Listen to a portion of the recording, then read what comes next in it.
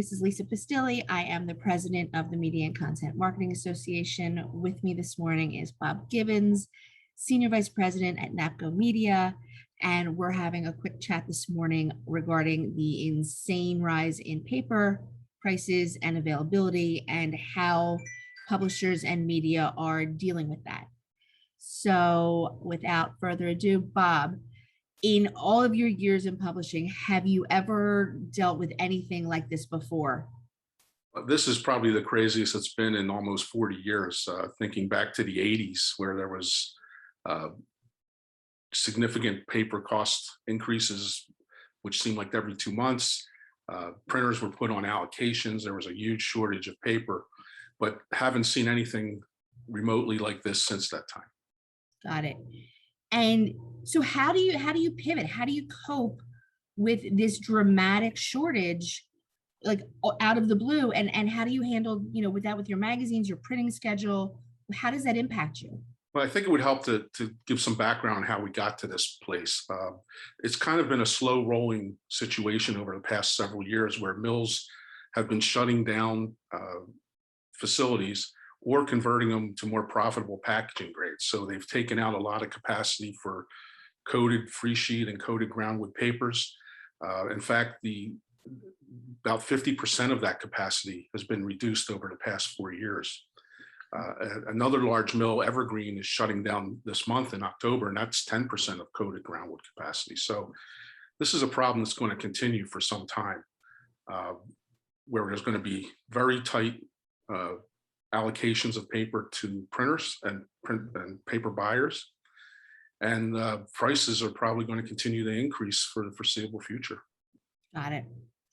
So in terms of how do you deal with, let's just say, the short term, the next 3 months, so the November issues, the December issues, the January issues, what does that mean to you and the printers and the mailing schedules? How does that all work? Well, if you don't already have the paper for those issues, you're going to be in a lot of trouble, because right now lead times are running 12 to 16 weeks on a lot of orders. In fact, we placed our orders back in July for paper that's going to be delivered in December. That's how much of a lead time we had to plan for, which is much different than what it was just maybe 5-6 years ago, where you could pretty much order paper today and get it in 2 to 3 weeks. So wow. it's really upended the way you order and plan. So it's you've really got to be thinking ahead. What am I going to need 6 months out, 5-6 months out, in order to make sure you're in the queue for paper? So do you work with your team internally on this, or your team internally and your printer work together on this? And how far out are you buying for your schedule? Right. The order is coming in December for us is probably going to carry us into the early second quarter of 2022. Okay. We're also working with, we purchase most of our paper directly, not through the printer, but we do purchase some paper through our printer. Okay. And they're staying on top of it as best they can. Each printer, mills allocate different tonnage to printers based on their historical buying patterns. Mm-hmm. So it's good for them to understand, what are you going to, again, purchase from us, what you purchased from us in the past, so that we make sure that we've got that allocation from the mill. Got it. So what would you consider to be, how far out do you think this is going to go? Is this a 3-6 month thing? Is this going to carry through 22 into 23? What's your best guess? My best guess is it's definitely going to carry through 2022. Okay. There's so many problems right now with the inputs at the mills, with pulp and chemicals that create the paper, problems with freight costs exploding due to trucker shortages and fuel costs rising. So there's a lot of problems that they're factoring into the rise in paper costs, as well as the time frame needed to get paper delivered. Got it. So I guess strategically, if you were going to create a strategic plan for NAPCO for the next year, 2 year, 3 year, and 5 year to manage these increasing costs, or whenever you maybe think they might flatline, at least, I'm not saying they're going to decline, but maybe level off, what do you think that looks like?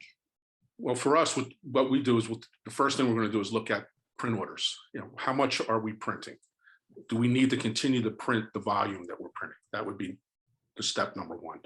Number two would be, what about the basis weight and grade of the paper we're on? Is it reasonable for us to go down in weight in order to save on paper, or go down in grade as well to save on cost? The higher the grade, the more the paper costs. So, we'll probably look at, do we consider changes there? And then the other thing we could look at is trim size changes. Can you reduce the trim size of your publications or the pieces that you're printing in order to save on paper as well? Got it. And I would imagine you want to avoid any special inserts right now, or anything special that's going to add weight or require more paper at this time. Yeah, one way you could possibly get around that is to talk with your printer, because some printers sometimes have paper on their floor that they don't use often. It's just sitting there. Okay. It may have been left over from a previous job. To ask your printer, if you have a special insert, what do you have on your floor that I could use that doesn't have to be special ordered? Love that. That's a great idea. That's awesome. So what do you think? I mean, industry wide, are you optimistic that I feel like, everybody, the print versus digital, whatever, I just feel like print's going to stay, because there's always people that want the magazine. They want to look at it, feel it, touch it. What are your feelings on it? We still have a high demand for print from our audience, which is good. Our audience continues to love print. We have a big digital presence as well, and a live event presence. But we have a huge community of people that enjoy all the aspects of the ways we deliver information to them, including print. And I think 2022 is looking awesome, and 2023. Yeah. Thank you. I'm so grateful for your advice. I'm sure, everybody else out there who's struggling with this will as well. Thank you for your time today. We're so grateful. And on behalf of the Media and Content Marketing Association, please come back and join us for events in the future. Appreciate it. It was great to be with you on this beautiful fall day, Lisa. Thank you. Thank you so much.